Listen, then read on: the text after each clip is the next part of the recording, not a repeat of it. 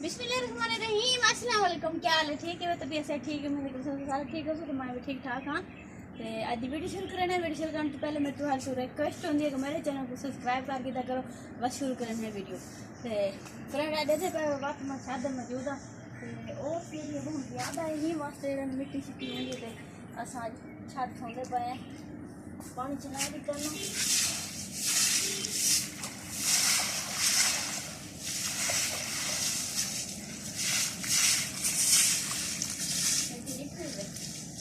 रोज सही तरीके ना मिट्टी में खत्म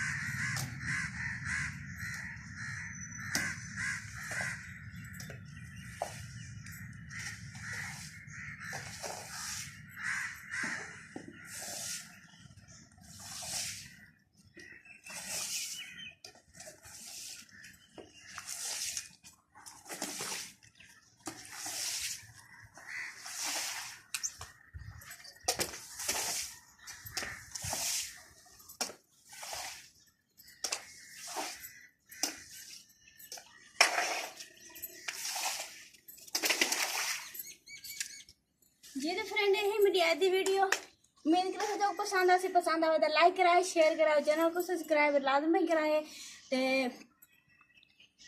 अपना और मेरा ख्याल रखा है।